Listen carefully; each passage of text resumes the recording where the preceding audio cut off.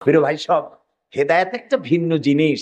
মুসলমানের ঘরে জন্মগ্রহণ করলেই মুসলমান হয় না, আবার কাফেরের ঘরে জন্মগ্রহণ করলেই কাফেরই থাকবে, তাও হয় না। দেখেন না, হযরতে ইব্রাহিম আলাইহিস সালামের পিতা ছিল মুশরিক কাফের। কাফের মুশরিকের ঘরে, মূর্তি পূজারীর ঘরে আল্লাহ পাঠালেন ইব্রাহিম খলিলুল্লাহ আলাইহিস সালাতু ওয়াস সালামকে। সুবহানাল্লাহ। আবার নূহ আলাইহিস সালাম আল্লাহর পয়গম্বর, তার ছেলে হয়ে গেল কাফের। ঠিক না? এই জন্য হেদায়েত এটি আল্লাহর দান। হেদায়েতটা কার দান?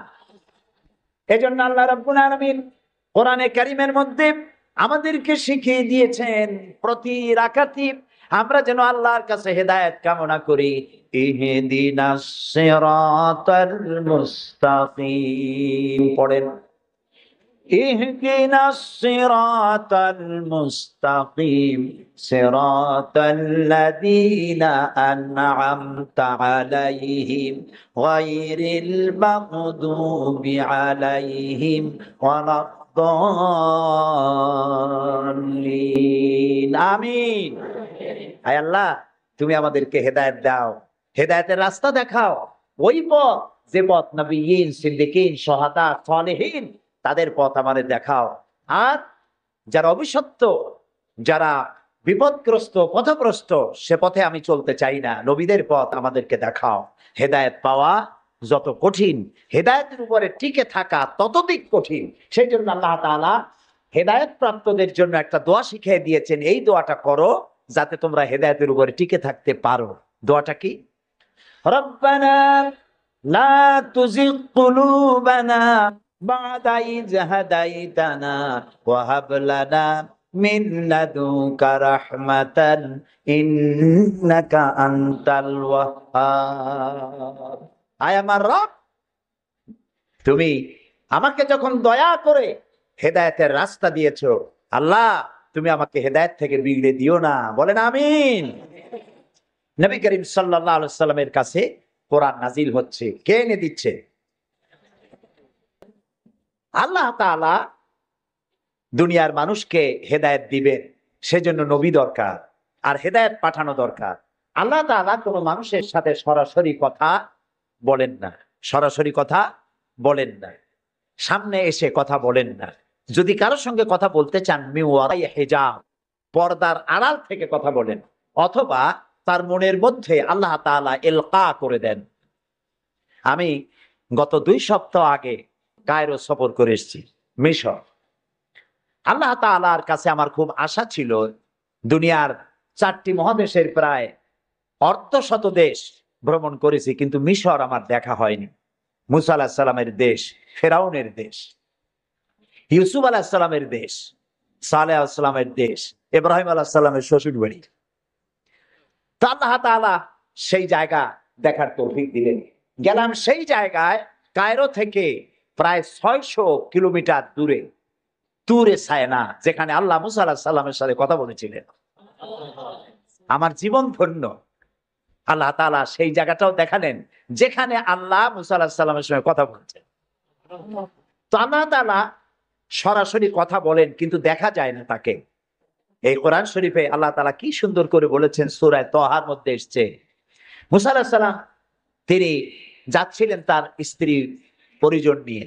স্ত্রী ছিলেন গর্ভবতী, আসন্ন প্রসবা, ডেলিভারি হবে, প্রচন্ড ঠান্ডা ছিল, এখন আগুনের প্রয়োজন। তিনি দূরে দেখতে পেলেন একটা গাছের উপরে যেন আগুন দেখা যায়।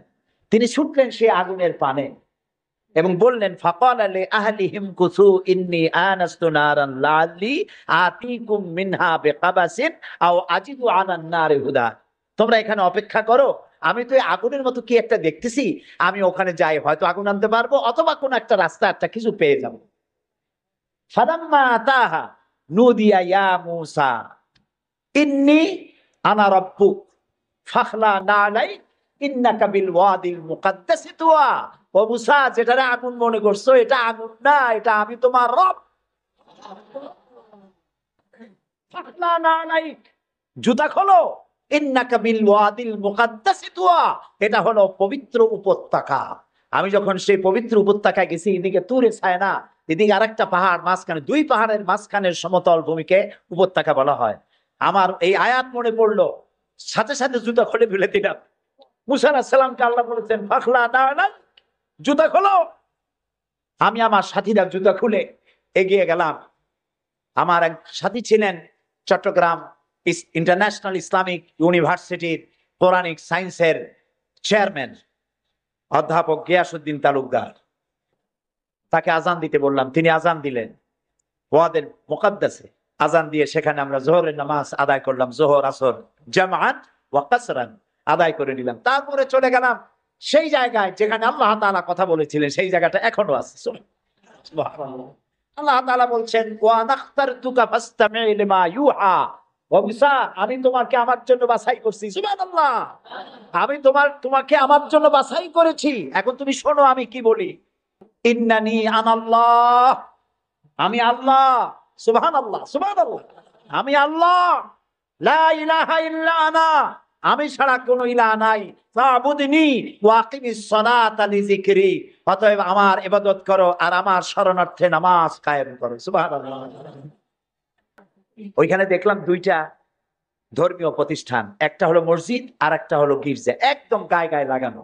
দুনিয়ার ইহুদি খ্রিস্টান আর মুসলমানেরা এক জায়গায় নামাজ পড়তেছে আর যার যার মতো ইবাদত করতেছে, কোনো ঝগড়া নাই। ইহুদিরাও যাচ্ছে আর খ্রিস্টানেরও যাচ্ছে, মুসলমানেরও যাচ্ছে। আমি সেখানে একটা বক্তব্য রাখলাম, বললাম দুনিয়ার ঐক্য, কোন রাজনৈতিক ঐক্যে পৃথিবীর মানুষকে ঐক্য বানাতে পারবে না। ইসলাম দিয়ে ঐক্য করা যাবে, এটাই হলো তার প্রমাণ। পৃথিবীর শ্রেষ্ঠ জাতি এই তিনটি, মুসলমান, খ্রিস্টান, ইহুদি। এই সেরা পৃথিবীতে রাজত্বকারী ক্ষমতা বিস্তারকারী শক্তি মিলিত হয়েছে ওয়াদে মুকাদ্দাসে। এই তিন শক্তি একত্রিত হয়ে আল্লাহর ইবাদত করতেছে, মারামারি নাই, কাটাকাটি নাই। সুতরাং ধর্মভিত্তিক ঐক্যই পৃথিবীকে শান্তির নিবাস বানাতে পারে। সেখান থেকে সে সফর কাহিনী অনেক লম্বা, আমি বই একটা লিখতেছি, আপনারা দোয়া করেন যেন সেটা বের করতে পারি। তারপরে চলে গেলাম মিউজিয়ামে, পিরামিড দেখলাম, নীল নদ দেখলাম, আল্লাহ দেখাইলেন। আমি যখন মিউজিয়ামে ঢুকেছি তখন আমাদের 70 পাউন্ড, মিশরীয় পাউন্ড, 70 পাউন্ড, 40 পাউন্ড টিকিট পারিচ।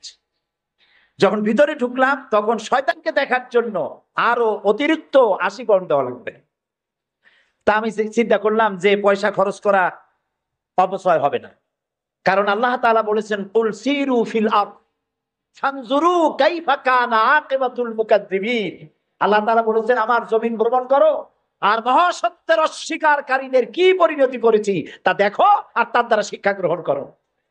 কাজে আল্লাহ দেখতে কইছে, শয়তান দেখা দরকার। ভিতরে ঢুকে দেখলাম গ্লাসের বক্স, সেখানে মিস্টার ফিরাউন চিতই শুয়ে আছে। হায় আল্লাহ, আল্লাহ শুটকি বানাই থুইছে, কাপড় দিয়ে জড়ানো, পাও দুইটা বাইর করা, হাত দুইটা বাইর করা, ঘাটটা এত বড় লম্বা, এরকম চিকুন, কল্লাটা আছে, একটা দাঁত আছে মুখে, হাতে পায়ে কিছু নখও আছে, মাথায় কিছু চুলও আছে। হাজার হাজার বছর আগের এলাম। মুসা আলাইহিস সালামকে যখন তাড়ায় নিয়ে গেল লোহিত সাগরে, লোহিত সাগরের কিনারায় মুসা আলাইহিস সালাম বসেছিলেন তার উম্মতদের নিয়ে। ফেরাউন 3 দিক থেকে আক্রমণ করলো। এই কোরআন বর্ণনা, এটা কি কোরআন? আল্লাহ তাআলা বলছেন ও নবী, তুমি তো তখন সেখানে উপস্থিত ছিলে না যখন ফেরাউন তার দলবল নিয়ে মুসা আলাইহিস সালামকে তাড়া করেছিল সেই তুরে সায়নায়, তুমি উপস্থিত ছিলে না। আমি ওহী দিয়া, কোরআন দিয়া তোমাকে ইতিহাস জানাইছি। সুবহানাল্লাহ। সেই লোহিত সাগরের পারে গেলাম যেখানে তাকে ঘিরে ফেলানো হয়েছিল।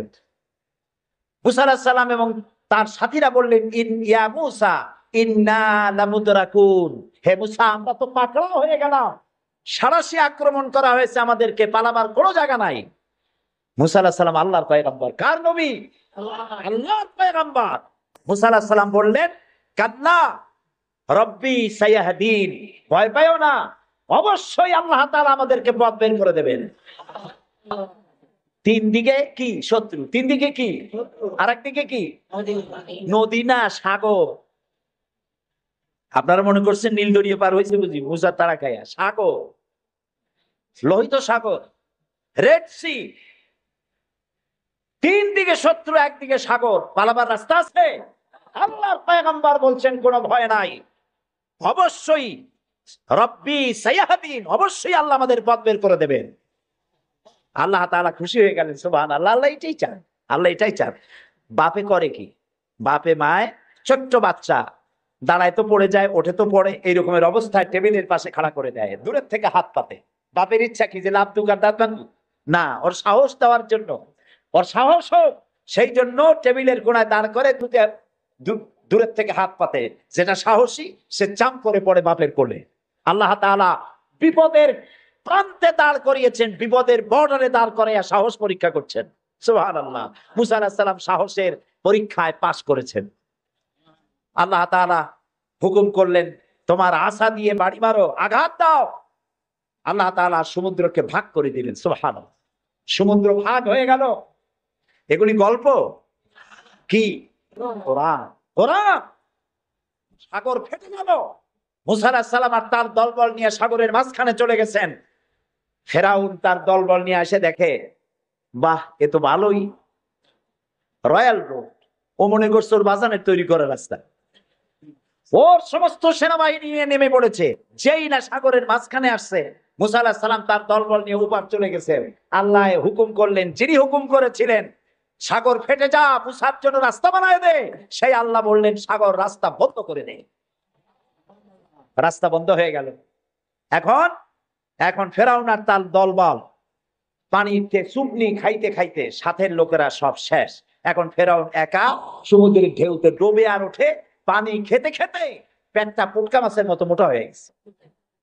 দেখে যে জান আর টেকে না, নাক দিয়েও পানি পড়ে, কান দিয়েও পানি পড়ে। এখন বলছে আমান্তু, না না না না, হাফেজ নাই। হ্যাঁ, আমানাত বিহি বানু ইসরাইল, ঈমান আনলাম সেই আল্লাহর উপরে যে আল্লাহর উপর ঈমান আনছে বনি ইসরাইলেরা, তার উপর ঈমান আনলাম। আল্লাহ তাআলা বললেন আন, এখন ওয়াকাদ আসাইতা কাবলু ওয়া কুনতা মিনাল মুফসিদিন। ও বলল আনা মিনাল মুসলিমিন। আল্লাহ, আমি তো কলেমা পড়লাম আর তো মুসলমান হইলাম, এখনো সুবাও কে? আল্লাহ কয় এখন ওয়াকাদ আসাইতা কাবলু, এর আগে তুমি আমার সাথে বিরোধিতা করেছো, বিদ্রোহ করেছো, আমার মানুষের উপর অত্যাচার করেছো। ওয়া কুনতা মিনাল মুফসিদিন, আর তুমি হচ্ছ সন্ত্রাসীর একজন বড় সন্ত্রাস, বিপর্যয় সৃষ্টিকারী। শোনো ফেরাউন, আজকে আমি তোমারে শুধু মারবই না, আমি তোমাকে মৃত্যু দেব। আর তোমার আলিয়াউমা নুনাজ্জিকা বিবাদানিক, আমি তোমার শরীরকে হেফাজত করব। তোমার শরীর পানিতে পচবে না, পোকা মাকড়ে, জলচর প্রাণী, স্থলচর প্রাণী কেউ খাবে না, মাটিতেও তুই পচবি না, তোরে শুটকি বানায় রাখবো কিয়ামত পর্যন্ত। সেই আল্লাহ আছে না নাই? আছে না নাই? ওই আল্লাহ তাআলা পুষেরে শুটকি বানাইতে পারবে না? সুবহানাল্লাহ বলো। আল্লাহর সাথে যারা নাফরমানি করবে, আর এই নাফরমানদেরকে যারা কলম দিয়া লিখে, বক্তৃতা করে, রাজনীতি দিয়া যারা আল্লাহর নাফরমানদেরকে সাহায্য করবে, নমরুদের মতো, ফেরাউনের মতো আল্লাহ চুবাইয়া দুনিয়া থেকে জুতা মেরে বিদায় করে দেবে। আল্লাহ রাব্বুল আলামিন বলেন ওয়ালাকাদ ইয়াসসারনাল কুরআনা লিযিকরি ফাহাল মিন মুদ্দাকির। আল্লাহ তাআলা বলেন কোরআনকে মুখস্থ করার জন্য আমি বান্দার কাছে, মানুষের কাছে বোঝার জন্য আর মুখস্থ করার জন্য আমি আল্লাহ সহজ করে দিয়েছি। আল্লাহ যদি সহজ না করতেন, এই কোরআন আমরা মুখস্থ করতে পারতাম না। নবী করিম সাল্লাল্লাহু আলাইহি ওয়াসাল্লাম এই কোরআন দিয়ে মদিনায় ইসলামী রাষ্ট্র কায়েম করলেন। সুবহানাল্লাহ বলেন। আমি কোরআন শরীফ তাবিজ লেখার জন্য আসে নাই। যারা তাবিজ লেখেন, আমি বিনয়ের সাথে তাদেরকে এই কথাটা বলবো, আপনারা কোরআন দিয়া তাবিজ লিখা ইসলামের কোনো উপকার করেন নাই, ক্ষতি করছেন। আমি একটু ব্যাখ্যা দিয়ে বলি, তাহলে বুঝতে সুবিধা হবে। তাবিজ দিয়া লেখা কি ক্ষতিটা করলেন? ক্ষতি করছেন এই, সাধারণ মুসলমানেরা আপনাদের কাছে, হুজুরদের কাছে মামলা মোকদ্দমার বিষয় জানার জন্য আসে না। সংঘর্ষ বেঁধেছে, মীমাংসা হবে কেমন, এজন্য আসে না। স্কুল, কলেজ, মাদ্রাসা অথবা অন্য কিছু তৈরি করবে ইত্যাদির জন্য আপনার কাছে জানতে আসে না। আপনার কাছে আসে ছেলে বিয়ে করছে, বহুত দিন হয়েছে, বাচ্চা হয় না, তারপরে পেট্রোল শোক হয়েছে, মাথায় যন্ত্রণা, গরু হারায় গেছে, খুঁজে পাওয়া যায় না, বউরে জেনে ধরছে, মেয়েকে ভূতে ধরছে, এই সব কালো চিড়ে পড়া, তেল পড়া, পানি পড়া। আর কালো সুতোয় গিরে দেওয়া, এইসব কাজেই আপনার কাছে আসতেছে। কেন? আপনি বুঝাইছেন যে এখানে আসলে তাবিজ দেওয়া যায়, ঝাড়ফুঁক করা যায়, দোয়া দরুদ করা যায়, সেই জন্য বড় কাজ থইয়া এই কাজে আপনার কাছে আসতেছে। অথচ বিশ্বাস করুন, রাসূলুল্লাহ কোরআন দিয়া তাবিজ লেখেন নাই, সাহাবায়ে কেরামও করেন নাই। একজন সাহাবীও তাবিজ লিখেছেন এর দলিল যদি কারো জানা থাকে, মেহেরবানি করে আমাকে জানাবেন, আমি আপনার কাছে শিখবো। ঝাড়ফুঁক করেছেন রাসূলুল্লাহ নিজেও, ঝাড়ফুঁক করেছেন সাহাবায়ে কেরাম, কিন্তু তাবিজ লেখেন নাই। তাবিজ লিখে মানুষকে বোঝানো হয়েছে এটা তাবিজের কিতাব, কিন্তু তা নয়, এটা সংবিধান। সুবহানাল্লাহ। এটা কনস্টিটিউশন। এর মধ্যে অর্থনীতি, সমাজনীতি, রাজনীতি, ইতিহাস, ভূগোল কি নাই, কোরআনের মধ্যে সব আছে। সুবহানাল্লাহ। মুহাম্মদুর রাসূলুল্লাহ, সবাই বলেন সাল্লাল্লাহু আলাইহি ওয়াসাল্লাম, তিনি মক্কি জিন্দেগিতে লোক তৈরি করলেন। আবু বকর, ওমর, ওসমান, আলী রিদওয়ানুল্লাহি তাআলা আলাইহিম আজমাইন, এই জাতীয় লোক তৈরি হয়ে গেল। কেন তৈরি হলো? দেখেন আল্লাহ কি বলেন। আল্লাহ রাব্বুল আলামিন বলেন, হুয়াল্লাযী আরসালা রাসূলাহু বিল হুদা ওয়া দীনিল হক লিইয়ুযহিরাহু আলাদ-দীনি কুল্লি ওয়া কাফা বিল্লাহি শাহীদা। আমি আমার রাসূলকে প্রেরণ করেছি পৃথিবীতে, তিনি আল্লাহ যিনি তার রাসূলকে পৃথিবীতে প্রেরণ করেছেন এই জন্য দ্বীনে হক আর সত্যের বিধান সহকারে পাঠিয়েছেন, যাতে করে পৃথিবীর মানব গোষ্ঠীর উপরে আল্লাহর আইনকে তিনি বিজয়ী করে দিতে পারেন। পৃথিবীতে কার আইন চালু হবে? বলেন সবে জোরে, আল্লাহর আইন। আল্লাহর আইন যতদিন ছিল, শান্তিও ততদিন ছিল। নবী করিম সাল্লাল্লাহু আলাইহি ওয়াসাল্লাম মদিনায় গেলেন। মদিনায় গিয়ে তিনি কি হয়েছিলেন কন্ত? রাষ্ট্রপ্রধান। বলেন না কি হলেন? রাষ্ট্রপ্রধান, প্রেসিডেন্ট হলেন, রাষ্ট্রপতি হলেন। তার সংবিধান কি ছিল? কোরআন। এটা আইনের কিতাব। আপনি পড়ে দেখেন। আমি অনুরোধ করব, সাংবাদিক হন, সাহিত্যিক হন, কবি হন, আর ঔপন্যাসিক হন, রাজনীতিবিদ হন, আর ব্যবসায়ী হন, যে কোনো ব্যক্তি হন, কোরআনটারে বুঝুন। কোরআন তাবিজের কিতাব নয়। চুরি করলে, ডাকাতি করলে, জেনা করলে, ব্যভিচার করলে কি শাস্তি হবে, জুডিশিয়াল ল, ফৌজদারি দণ্ডবিধি কোরআনে আছে না নাই? এই যে সন্ত্রাস ছড়িয়ে পড়ছে সারা পৃথিবী, এই সন্ত্রাসীদের শাস্তি কি হওয়া উচিত তা কি কোরআনে আছে? আছে। সূরা মায়েদার মধ্যে আল্লাহ পরিষ্কার করে সন্ত্রাসীদের শাস্তি কি হবে তা এর মধ্যে পরিষ্কার করে বলে দিয়েছেন। আপনি আমি মরে গেলে পরে আপনার আমার পরিত্যক্ত সম্পত্তি কে কতটুকুন পাবে তা ভাগ করে কোরআনে বলা আছে? বলা আছে। এমন কোন জিনিস নাই যা কোরআনে কারীমের মধ্যে আল্লাহ তাআলা স্পষ্ট করে ঘোষণা করেন নাই। আল্লাহ বলেছেন তিবিয়ানান লিকুল্লি শাই, সব কিছুকে খুলে খুলে আমি কোরআনের মধ্যে বলে দিয়েছি। বলেন সুবহানাল্লাহ। প্রিয় ভাই সব, কোরআন যেই মানবে, আজকে নিশ্চয়ই হিন্দু ভাইরাও আসছেন, আছে। আমরা মাহফিলে হিন্দু ভাইদেরকেও স্বাগত জানাই। কেন জানাই জানেন? কোরআন শরীফ শুধু মুসলমানদের জন্য নয়। আল্লাহ কি শুধু মুসলমানদের? বলেন আপনারা, আল্লাহ কি শুধু মুসলমানদের? আল্লাহ হচ্ছেন রব্বুল আলামিন, সকলের আল্লাহ। তো যিনি সকলের আল্লাহ, তার কোরআন হবে কি শুধু মুসলমানদের? কোরআন শরীফের শুরুতেই এর মাঝে আল্লাহ বলে দিয়েছেন হুদাল লিন-নাস, হুদাল লিন-নাস, হাদা বায়ানুল লিন-নাস। এটা গোটা বিশ্বের সমগ্র মানব মণ্ডলীর জন্য হেদায়েতের গ্রন্থ কোরআন। এই জন্য আমি যখন ইউরোপ আমেরিকায় যখন বক্তৃতা করি, তখন ইউরোপ আমেরিকায় বক্তব্য শোনার জন্য মাল্টি ন্যাশনাল পিপল আমার সামনে থাকে। খ্রিস্টান থাকে, ইহুদি থাকে, মুসলমান থাকে, হিন্দু থাকে। আমি আমার আলোচনায় বলি, আপনাদের মুসলমান হওয়ার দরকার নাই, কারণ আমার যে মুসলমান আছে তাই আমি সামলাইতে পারতেছি না।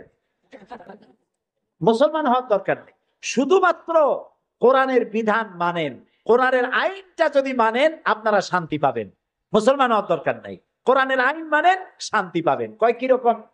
আমি বলি দেখেন, সুদ, সুদ হালাল না হারাম? এই সুদ দিয়ে মানুষ শোষিত হয় না উপকৃত হয়? শোষিত হয়। কারা শোষিত হয়? গরিবরা। কারা শোষিত হয়? গরিবেরা। দেখেন আল্লাহ যা বানায়, শয়তান তার উল্টো একটা বানায়। আল্লাহ বানিয়েছেন জাকাত ভিত্তিক অর্থ ব্যবস্থা। জাকাত হলো ধনীদের কাছ থেকে নাও, গরিবদের দাও। আর সুদ হলো এর উল্টা, গরিবদের কাছ থেকে নাও, ধনীদের দাও। এটা হলো শয়তানের বানানো। এখন ব্যাংকের থেকে সুদ নেয় গরিবেরা, নিয়ে সার কিনলো, বীজ কিনলো, হালের বলদ কিনলো, জমিন চাষ করলো, ফসল বুনলো, কিন্তু অনাবৃষ্টি অতিবৃষ্টির কারণে ফসল হলো না। ব্যাংকের সুদ মাফ হবে? হবে না। সুদ চাপ সৃষ্টি করা হবে দেওয়ার জন্য। যদি না দেয় তাহলে বাকি হালের বলদ বেচা লাগবে, বইয়ের সোনার শেষ চুরি গাছা ভিটে বাড়ি বিক্রি করে ব্যাংকের সুদ পরিশোধ করতে হবে। ব্যাংকে টাকা রাখছিল কারা? বোঝেন না কেন? কারা রাখছিল? তাদের টাকা আরো বাড়লো, আর গরিবের টাকা যা ছিল তাও শেষ হয়ে গেল। এখন দেখেন আল্লাহ কি বলেন।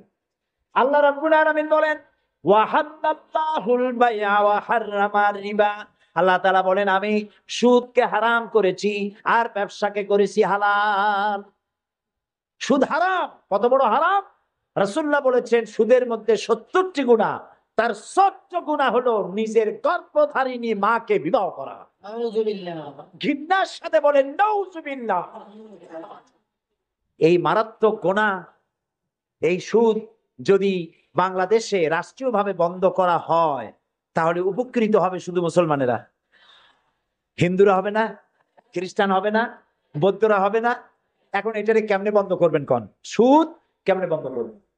সুদের বিরুদ্ধে আমাদের দেশের পীর সাহেবরা, মৌলানা সাহেবরা ওয়াজ কি কম করছে?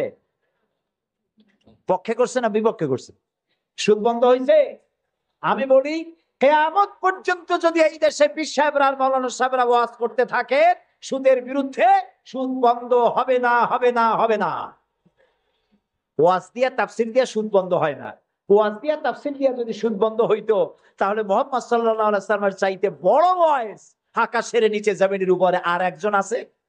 তিনি ওয়াজ করে বন্ধ করতে পারতেন। তিনি বন্ধ করছেন কিভাবে? আইন করিয়া। কিভাবে করছেন?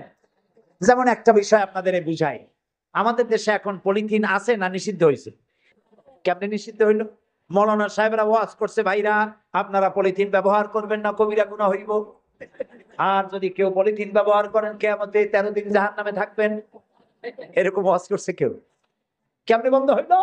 পরিবেশ মন্ত্রী বিল উত্থাপন করলেন পার্লামেন্টে, বললেন পলিথিন জমিনের উর্বরা শক্তির জন্য মারাত্মক ক্ষতিকর।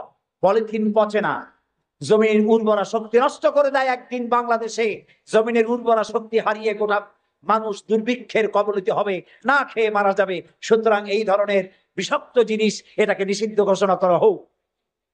স্পিকার সাহেব তখন বললেন, পার্লামেন্টের সামনে, সংসদের সামনে এখন প্রশ্ন হচ্ছে যে পলিথিন মারাত্মক ক্ষতিকর বিষয়, এই জিনিসটি নিষিদ্ধ ঘোষণা করা হোক। পক্ষে যারা আছেন তারা হা বলেন। হা বলল, তিনি হা বিজয় হয়েছে বলে এটাকে নিষিদ্ধ ঘোষণা হয়ে গেল। পরের দিন প্রেসিডেন্ট সই করলেন। এখন পলিথিন নিষিদ্ধ হলো না জারি আছে? কোন এর প্রোডাকশন, এর উৎপাদন, এর বিপণন সবটা বন্ধ হয়ে গেছে। এখন সুদ বন্ধ করবেন কেমনে? ওয়াজ করে বন্ধ করা যাবে না।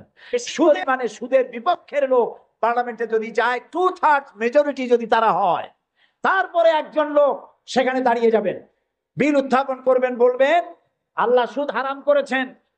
রাসূলুল্লাহ বলেছেন সুদের মধ্যে 70টি গুনাহ, তার 70 গুনাহ হলো নিজের গর্ভধারিণী মাকে বিবাহ করা। এই মারাত্মক সুদকে নিষিদ্ধ ঘোষণা করা হোক। স্পিকার সাহেব বলবেন, সংসদের সামনে এখন প্রশ্ন হচ্ছে, সুদ হচ্ছে মাকে বিবাহ করার মতো মারাত্মক গুনাহ। এই গুনাহ থেকে গোটা জাতিকে বাঁচাবার জন্য সুদ নিষিদ্ধ ঘোষণা করা হোক। এই প্রস্তাবের পক্ষে যারা আছে তারা জোরে হা বলুন। আরে ভাই, এটা তো পার্লামেন্ট না। পার্লামেন্টে যখন হা বলবে তখন স্পিকার সাহেব বলবেন, আমার মনে হয় হা জয় যুক্ত হয়েছে, হা জয় যুক্ত হয়েছে। কয়বার কবে? 3 বার। পরের দিনে বিল চলে যাবে বঙ্গভবনে, প্রেসিডেন্ট সাহেব চোখ বুজে সই করে দেবে। তারপরের দিন থেকে সোনালী, বৈকালী, রূপালী, ভুবালী, কুষ্টি সুদ্ধা ব্যাংকের সুদ বন্ধ হবে নাকি হবে না বলো? সুতরাং কোরআন এসেছে আইন ইমপ্লিমেন্টের জন্য। কোরআনের আইন চালু করো। কোন হিন্দুর মুসলমান হওয়ার প্রয়োজন নাই, কোন খ্রিস্টানের মুসলমান হওয়ার প্রয়োজন নাই। কোরআনের আইন চালু হওয়ার মানেই হলো মানবতার কল্যাণ। সুবহানাল্লাহ। তালাকের একটি অধিকার, এটি একটি গুরুত্বপূর্ণ বিষয়। তালাকের অধিকারটিও শুধুমাত্র পুরুষের না, এই তালাকের অধিকার নারীদেরকেও দেওয়া হয়েছে। কথা বুঝতে পেরেছেন? তালাকের অধিকার, বিবাহ বিচ্ছেদের অধিকার শুধু পুরুষের নয়, নারীকেও দেওয়া হয়েছে। পুরুষ যদি অকর্মণ্য হয়, যদি সে উন্মাদ হয়, জালিম হয়, নপুংসক হয়, তাহলে এই স্ত্রী কোর্টে তা প্রমাণ করে তার স্বামীকে পরিত্যাগ করে ইচ্ছে মতো স্বামী গ্রহণ করতে পারবে। ইসলাম সুযোগ দেয়। তালাক, কথায় কথায় তালাক দেওয়ার একটা রেওয়াজ আমাদের দেশে আছে। বাংলাদেশে যদি আল্লাহ কোনোদিন দয়া করে ইসলামী রাষ্ট্র প্রতিষ্ঠিত করে দেন, তাহলে কথায় কথায় তালাক দেওয়ার এই প্রথাকে বন্ধ করে দেওয়া হবে। তরকারিতে লবণ কম হয়েছে, শুটকি মাছে ঝাল হইল কেন, এই সব কথা বলে তালাক দেওয়া যাবে না। আর একসঙ্গে 3 তালাক দেওয়া তো যাবেই না। এক সাহাবী এসে নবী করিম সাল্লাল্লাহু আলাইহি ওয়াসাল্লামের কাছে খবর দিলেন যে একজন তার স্ত্রীকে একসাথে 3 তালাক দিয়েছে। নবী করিম সাল্লাল্লাহু আলাইহি ওয়াসাল্লাম এত গুসা হয়েছিলেন যে বসার থেকে তিনি বললেন, এই লোকটি তো আল্লাহ পাকের কোরআনের সাথে তামসা করেছে। তালাকের আল্লাহর কাছে 2টা হালাল সবচেয়ে জঘন্য। 2টি হালাল সব থেকে জঘন্য। একটা হলো ভিক্ষাবৃত্তি, আর একটা হলো তালাক। যখন তালাক দেওয়া হয় অন্যায় ভাবে, গোসায় আল্লাহর আরশ কাঁপতে থাকে। নাউজুবিল্লাহ বলেন। আপনি এভাবে তালাক দিতে পারবেন না। তালাক দেওয়ার নিয়ম হলো, যখন স্ত্রীর সাথে, লক্ষ্য করুন, স্ত্রীর সাথে বনিবনা হচ্ছেন, স্ত্রীর চরিত্র খারাপ, স্ত্রীর দাজ্জাল মার্কা, বনেই না, তো আল্লাহ পাক তখন বলেছেন উভয় পক্ষের আত্মীয় স্বজন নিয়ে মীমাংসা করার চেষ্টা করো, সালিসি করো। যদি মীমাংসায় না হলো, তাহলে 1 মাসে 1 তালাক দাও, বিছানা আলাদা করে দাও, এবং অপেক্ষা করো তার এই অবস্থা দেখে সে ফিরে আসে নাকি। যদি ফিরে আসে তো গ্রহণ করো, যদি ফিরে না এলো 2য় মাসে 2য় তালাক দাও। তাও যদি ফিরে না, তাহলে গিয়ে 3 তালাক একদম রেজি করে দাও, আর ফেরত হবে না। 3 তালাকে বায়না করে দাও, এই স্ত্রীকে আর গ্রহণ করা যাবে না। এখন আমাদের দেশে রাগের মাথায় একসাথে 3 তালাক দেওয়ার পর মনে মনে অনুশোচনা হয়, এতগুলো ছেলে পেলে নিয়ে করবো কি, কি সর্বনাশ হইল। রাগের মাথায় করলামটা কি? এখন এই বউ ফিরে পাওয়ার জন্য মশলা তালাশ করে। তখন গ্রামের মুন্সি মৌলবী, এই জাতীয় 1 শ্রেণীর লোক আছে যারা কোরআন বোঝে না, হাদিস বোঝে না, তারা হিল্লা নামক একটা ঔষধ বের করছে। সেই ঔষধটা কি? তারা বলে যে এই স্ত্রীকে যদি আবার নিতে চাও, তাহলে আরেকটা পুরুষের সঙ্গে বিবাহ দাও, এবং শর্ত করো যে তোমার কাছে দিলাম, 2-3 দিন পর তুমি তালাক দিয়ে দিবা, এরপরে আমরা নিয়ে নেব। তালাকের নিয়তে বিবাহ করা এটা সম্পূর্ণ হারাম, বিবাহ হবে না। তালাকের নিয়তে বিয়ে করলো, বিয়ে হবেই না। তারপরে এই যে ভাড়া করা, একজনের সঙ্গে হিলা করতে দেওয়া, এটাকে হাদিসের ভাষায় বলা হয়েছে ভাড়া করা ষাঁড়। ভাড়া করা, ইসলামে এই ধরনের কোন বিধান নাই। সবাই কান খুলে শুনুন, হিল্লা করার যে ব্যবস্থা বাংলাদেশে গ্রামে গঞ্জে আছে, শরীয়তের কোন অস্তিত্ব নাই। কেউ যদি তার স্ত্রীকে তালাক দেয় আর এই স্ত্রীকে আবার ফেরত নিতে চায়, পর্যন্ত ফেরত দিতে পারবে না। একটা পথ আছে, সেই পথটা হলো এই স্ত্রী ইচ্ছে করে কোন স্বামী গ্রহণ করেন, আর সেই স্বামী যদি ইচ্ছে করে ঘটনাচক্রে তালাক দেয়, অথবা ঘটনাচক্রে সেই স্বামীর যদি মৃত্যু হয়, তাহলেই কেবলমাত্র প্রথম স্বামীর কাছে আসতে পারবে। এছাড়া প্রথম স্বামীর কাছে আসা কিয়ামত পর্যন্ত সম্ভব নয়। এইটা ইসলাম করেছে দৃষ্টান্তমূলক শাস্তি দেওয়ার জন্য। কথায় কথায় তালাক দেবা, বাগুন ভট্টায় মরিচ হইল কেন, এই সব শয়তানি চলবে না। এইটার জন্যই এই বিধান করা হয়েছে। তালাক কখনো রাগের মাথায় এই জঘন্য কাজ কেউ করবেন না। যদি করতেই হয় তাহলে 3 মাসে 3 তালাক হবে, একসাথে 3 তালাক দেওয়া যাবে না। যদি কেউ একসাথে 3 তালাক দিয়ে বসে, তালাক হয়ে যাবে, এটাও মনে রাখবেন, তালাক হয়ে যাবে। তবে আল্লাহ পাক অসন্তুষ্ট হবেন, নারাজ হবেন, গোসায় আল্লাহর আরশ কাঁপতে থাকে। এই কাজটি কখনো করবেন না। আল্লাহ পাক তালাক চান না, আল্লাহ চান স্বামী স্ত্রীর মধ্যে মহব্বত পয়দা হোক। সুবহানাল্লাহ। যদি স্ত্রীর উপর রাগ হয়, কখনো মন খারাপ হয়, আল্লাহ বলছেন ওয়ালা তানসাউল ফাদলা বাইনাকুম, তোমরা পরস্পরের অনুগ্রহকে ভুলে যাও। আজকের একটা ব্যাপারে মন খারাপ হয়েছে, তুমি চিন্তা করো তোমার জীবনের অনেক ক্ষেত্রে এই স্ত্রীর অনেক অবদান আছে, সেগুলিকে মনে করে আজকেরটা মাফ করে দিবেই তো সারা। সুবহানাল্লাহ। আল্লাহ পাক চান না স্বামী স্ত্রীর ভিতরে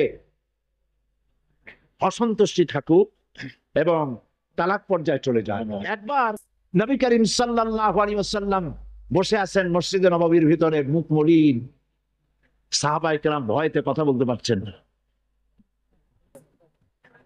কিছুক্ষণ পর হুজুর হযরত আলী হযরত ফাতেমার ঘরে ঢুকলেন, বেরিয়ে আসতেন হাসি মুখে। তিনি প্রশ্ন করলেন, সাহাবায়ে কেরাম জিজ্ঞেস করলেন, হে রাসূল, একটু আগে আপনার মুখ এত মলিন ছিল আর এখন আপনি এত হাসি খুশি, আমরা তো তখন কথা বলতে সাহস পাইনি। হুজুর কি হয়েছিল? আল্লাহর নবী বলেন, ওদের মধ্যে মনোমালিন্যের সৃষ্টি হয়েছিল আর আমার মনটা খারাপ হয়ে গিয়েছিল।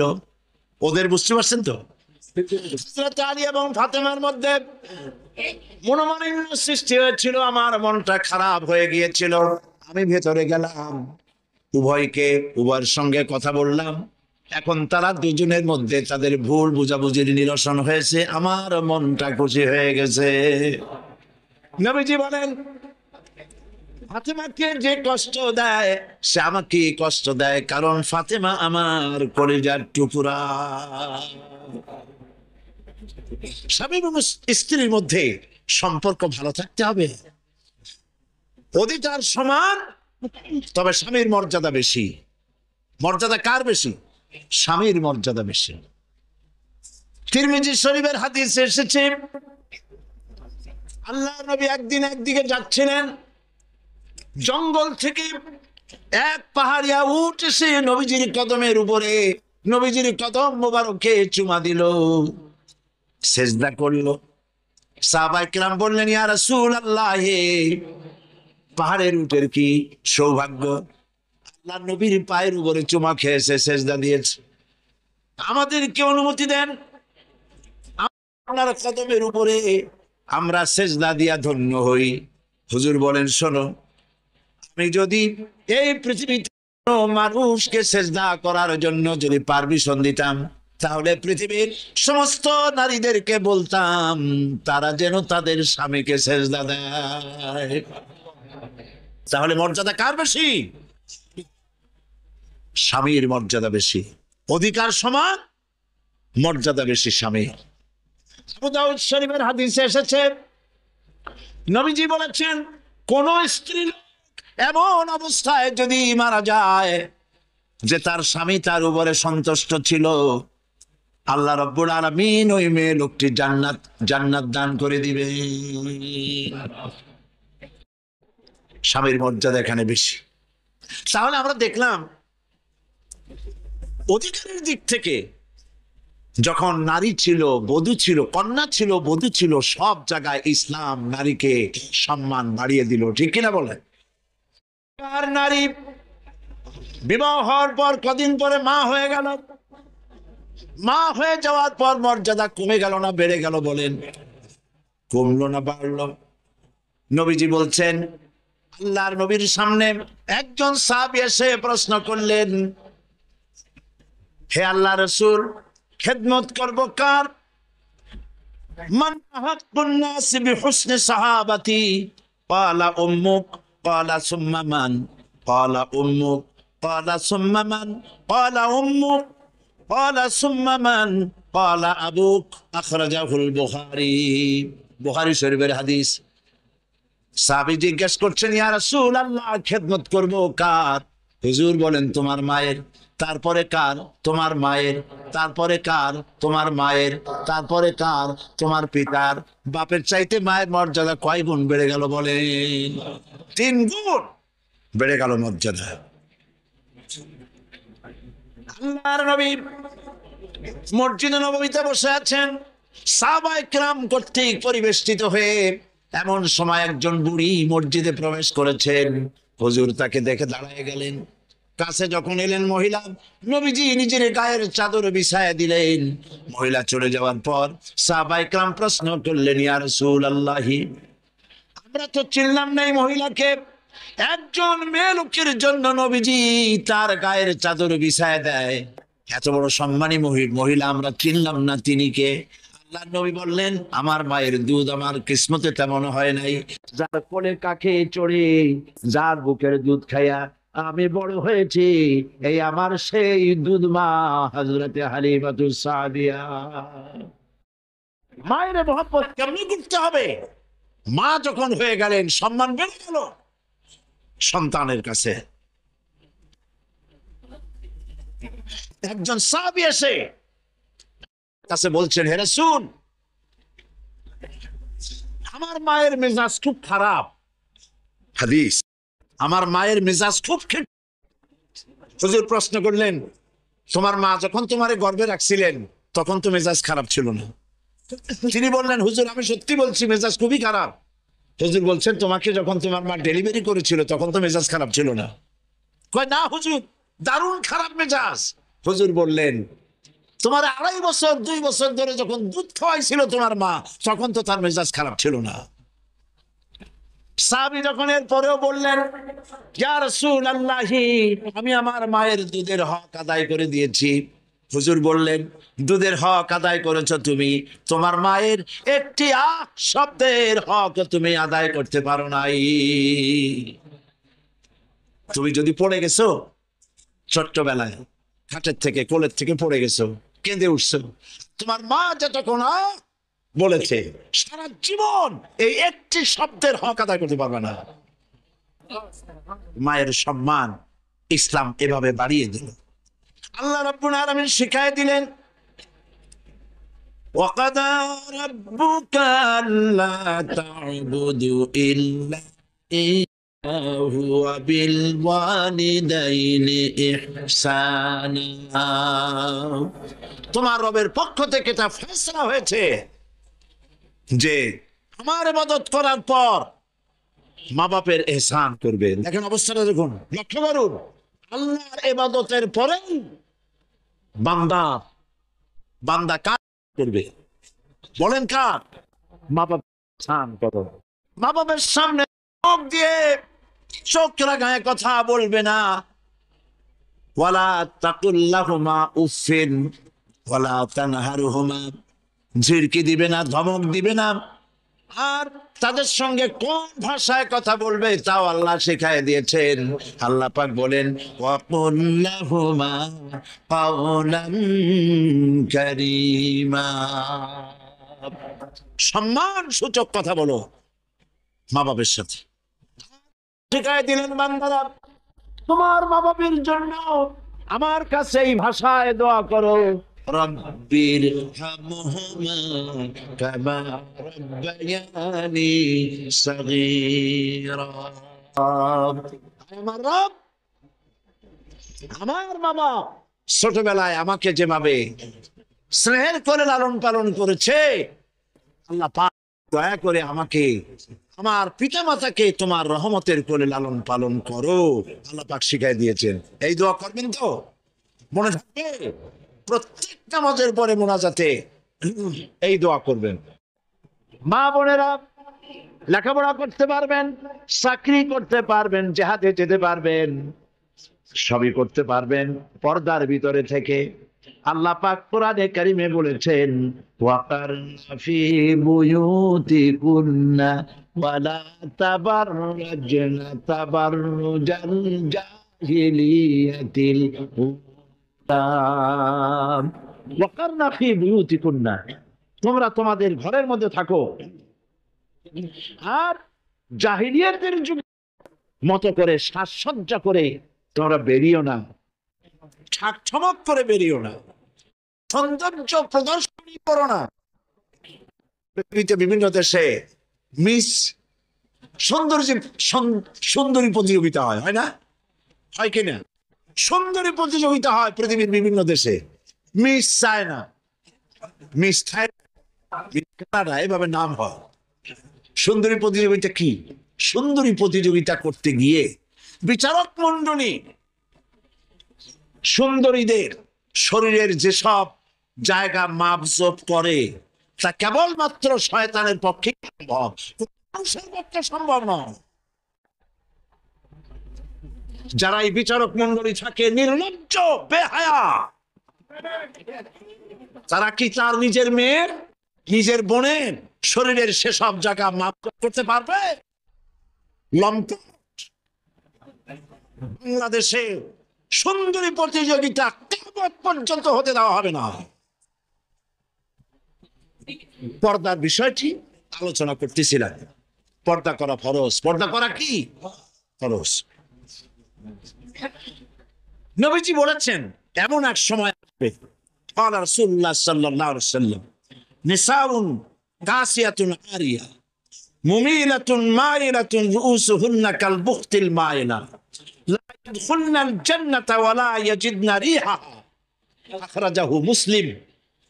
আল্লাহর নবী বলেন এমন এক জামানা আসবে যখন বস্ত্র পরিধানকারিণী উলঙ্গিনী হবে মেয়ে লোকগুলি, চুটের মতো করে খোপা বেঁধে মরাল সময় হেলে দুলে পরপুরুষের আকর্ষণ করে রাস্তায় চলাফেরা করবে। এরা কথা, জান্নাতের সুঘ্রাণ এদের নাকে প্রবেশ করবে না। আমি তো এত কথায় দেখি, তারপরেও আমার নজরে পড়ে নেই। তবে চেন পরা দেখেছি, সোনার চেন বহু নজরে পড়েছে। চেন গলায় পরে পুরুষ মাঘের পৌষের প্রচন্ড শীতে সামনের 3-4টা বোতাম খোলা রাখে, যাতে মানুষে বুঝে উনি একখান কিছু পড়ছে। হারাম, হারাম। পুরুষের জন্য একরত্তি স্বর্ণ জায়েজ নাই। কারো যদি থাকে এগুলি তুলে আজই, বউ থাকলে বউরে দাও, না থাকলে বুনেরে দাও, আর না থাকলে কিছু যদি না থাকে বাক্সে উঠায় রাখো, বউ আসলে তারে পরাই দিও, তোমার জন্য হারাম। বিদেশে কানে দুল পরে, নাকে ফুল পরে, আমি অবাক হয়েছি। ঠোঁটে রিং পরে, ঠোঁটে জিহ্বাও রিং পরে, ভাত খায় কেমনে আল্লাহ জানে। শয়তান কারে বলে না, আমার দেশে জিহ্বায় ঠোঁটে রিং আমি দেখি নাই।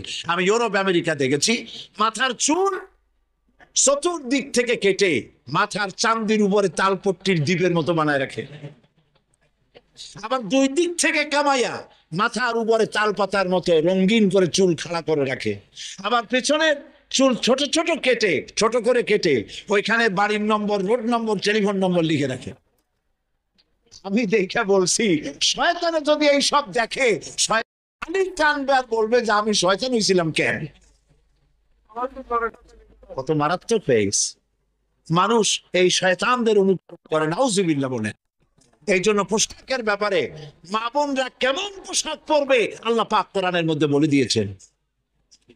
ওরা সমান অধিকার দিতে চায়, নারীকে পুরুষ বানায়া পুরুষের সমান অধিকার দিতে চায়, আর ইসলাম নারীকে নারীর মর্যাদায় রেখে পুরুষের সমান অধিকার। কথাটা পার্থক্য আছে কি নাই? বুঝতে পেরেছেন কিনা? নারী পোশাক শালীন, মার্জিত। আল্লাহ পাক কোরআন শরীফের মধ্যে বলেছেন, মহিলারা এমন একটা কাপড় পরবে যেই কাপড়টা এমন শাড়ি পরার পর অথবা সালোয়ার কামিজ পরার পর, কাপড় চোপড় পরার পর এর উপর একটা চাদর পরবে এমন, যে চাদরটা মাথাটা, গলাটা, বুকটা ঢেকে যায়। এমন একটি চাদর পরা আল্লাহ পাক ফরজ করে দিয়েছেন প্রত্যেকটি বয়সপ্রাপ্ত নারী পরে। সেই জন্য মা বোনদেরকে তাদের কাপড় চোপড় শালীন হতে হবে। কোরআন শরীফ আল্লাহ পাক বলেছেন, ওয়ালা তাকরাবুজ জিনা ইন্নাহু কানা ফাহিশাতান ওয়া সা সাবিলা। জিনা করা তো দূরের কথা, জিনার নিকটবর্তীও হয় না। এখন জিনার নিকটবর্তী কিভাবে হয়? জিনা করা তো দূরের কথা, জেনার কাছেও যাও না। জেনার কাছে যাওয়ার জন্য এগুলি হচ্ছে রুট: অশ্লীল গান, অশ্লীল বাজনা, সৌন্দর্য প্রতিযোগিতা, নারীদের অশালীন অমার্জিত কাপড় চোপড় পরে রাস্তায় বেরোনো, এগুলি জেনা ব্যভিচার পথকে বাড়িয়ে দেয়। বলেন নাউজুবিল্লাহ মিন যালিক। জন্য মহিলাদের চাদর পরার কথা বলা হয়েছে, বোরকা কথা বলা হয়েছে, হিজাব এবং নেকাব পরার কথা বলা হয়েছে। মহিলাদের ঘরই হচ্ছে তাদের জন্য জিহাদ। জিহাদের ফজিলত বয়ান করার পর মা বোনরা জিজ্ঞেস করেছেন, হে রাসূল, আমাদের জিহাদের উপায় কি? হুজুর বলেছেন, আলাইকুন্না বিল বাইতি ফাইন্নাহুম জিহাদুকুন্না। তুমি ঘরে থাকো, ঘরটাই তোমার জন্য জিহাদ। সন্তান প্রতিপালন করা, এটাই তোমার জন্য জিহাদ। নবী করিম সাল্লাল্লাহু আলাইহি ওয়াসাল্লাম বলেছেন, যদি 4টি কাজ করে, 5 ওয়াক্ত নামাজকে সঠিকভাবে যদি আদায় করে, রমজান মোবারকের রোজা যদি রাখে, আর মহিলারা যদি স্বামীর আনুগত্য করে চলে, সতীত্বের হেফাজত যদি করে, এই 4টি কাজ করতে পারলে আল্লাহ রাব্বুল আলামিন তাদেরকে, আল্লাহ পাক তাদেরকে কিয়ামতের দিন জান্নাতের যেই দরজা দিয়া খুশি সেই দরজা দিয়া জান্নাতে প্রবেশ করাবে। যেটা দিয়ে সে যেতে চায় সেটা দিয়েই সে জান্নাতে যেতে পারবে। মহিলাদের অধিকার এর থেকে আর কি প্রতিষ্ঠিত করা হবে? মহিলাদের জন্য নামাজের ব্যবস্থা করা হয়েছে। মসজিদে নববী, যেখানে 1 রাকাত নামাজে 50,000 রাকাতের সওয়াব হয়।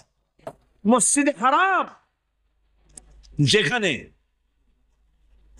1 রাকাত নামাজ পড়লে পরে 1,00,000 রাকাত নামাজ সওয়াব হয়, সেখানে নবী করিম সাল্লাল্লাহু আলাইহি ওয়াসাল্লাম মহিলা নামাজ ব্যবস্থা করেছেন। যারা হজ করতে গেছেন তারা দেখে আসছেন, দেখছেন না? আপনারা জান নাই হজে কেউ?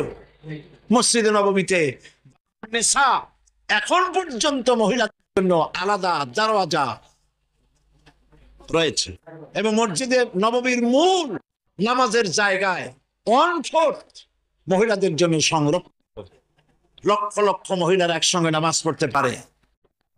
অবাধ মেলামেশা থেকে নিজেদেরকে রক্ষা করে তারা ব্যবসা বাণিজ্য করতে পারবে। এমনকি তাদেরকে এত অধিকার দেওয়া হয়েছে যে বিবাহের সময় শুধুমাত্র ছেলে চয়েস করে নেবে কন্যাকে, এখানেই শেষ।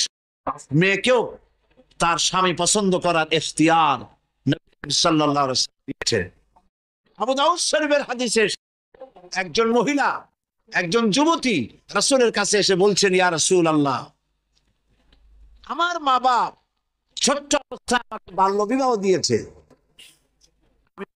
তখন তো বিয়ে বুঝতাম না, এখন ওই স্বামী আমার পছন্দ হয় না, আমি এখন কি করব? লক্ষ্য করুন, আমি এখন কি করব? আল্লাহর নবী বলছেন, তোমার ইখতিয়ার। ইচ্ছে করলে এই বিবাহ তুমি রাখতেও পারো, ইচ্ছে করলে এই বিবাহ ভঙ্গ করে ইচ্ছে মতো স্বামী গ্রহণ করতে পারো। তাও সুবহানাল্লাহ কবেন না? এবার চিন্তা করুন, এর থেকে নারীর অধিকার কারে বলে? আমাদের দেশে নিয়ম হয়েছে শুধুমাত্র ছেলে মেয়ে দেখতে যাবে, আর সে দেখাটাও অপমানকর রীতিমতো। বিয়েই নাম কি? তো বলবে আমার নাম বিলকিস অথবা আকাশ খাতুন, অথবা এই যে এখন তো নামগুলি খুব একেবারে বেকায়দা মনেও থাকে, একটা নাম বলে দিল। আচ্ছা দেখি মাথার কাপড় ফালাও, চুল কেমন দেখি, হাঁটো দেখি, দাঁতগুলো বাইর করো। আশ্চর্য কথা, আপনি দাঁত দেখতে গেছেন নাকি গাবতলিতে গরু কিনতে গেছেন নাকি? কি অমর্যাদা কর! জিজ্ঞেস তো করা উচিত, দেখা হওয়ার পর নাম কি, বাপের নাম কি, এরপরে জিজ্ঞেস করা উচিত কোরআন শরীফ কি পড়তে জানেন? তো শোনান একটু কোরআন শরীফ। একতরফা ভাবে দেখা হলো, কোরআন শরীফ তো জিজ্ঞেস করেই না, বরং জিজ্ঞাসা উল্টাটা হয়, রবীন্দ্রনাথের সঙ্গীত জানেন কিনা। সময় এখন আগের মতো নাই, এখন পাল্টে গেছে, এখন যুগ অন্যরকম হয়ে গেছে। এখন পাল্টা জিজ্ঞাসাও আসতেছে, জিজ্ঞেস করে আমার নাম তো শোনাইলাম, এবার বলেন আপনার নাম কি? কয় আমার নাম বল্টু মিয়া। একটু দাঁড়ান, কোমর সোজা করেন, হাঁটেন সামনের দিকে, দাঁত বাইর করেন। পছন্দ হইল না, বলবে অ্যাবাউট টার্ন, বাড়ির দিকে ডবল মার্কস। যেমনটি করছিলেন তেমনটি পাবেন। ইসলাম অধিকার দিয়েছে উভয় উভয়কে দেখে নেবে। বাল্য বিবাহ ইসলাম আদৌ স্বীকৃতি দেয় না, আপনি করতে পারবেন না। জবরদস্তি করে, জুলম করে, চাপ সৃষ্টি করে মেয়েকে বিবাহ দিতে পারবেন না। তার অনুমতি লাগবে। ইসলাম সে অধিকার নারীকে দিয়েছে। এই জন্য মেয়েদের সামাজিক অধিকার, অধিকার, বৈবাহিক অধিকার, সম্পত্তিতে অধিকার, সব অধিকার ইসলাম একটা একটা করে দিয়েছে। সকলে বলে আলহামদুলিল্লাহ।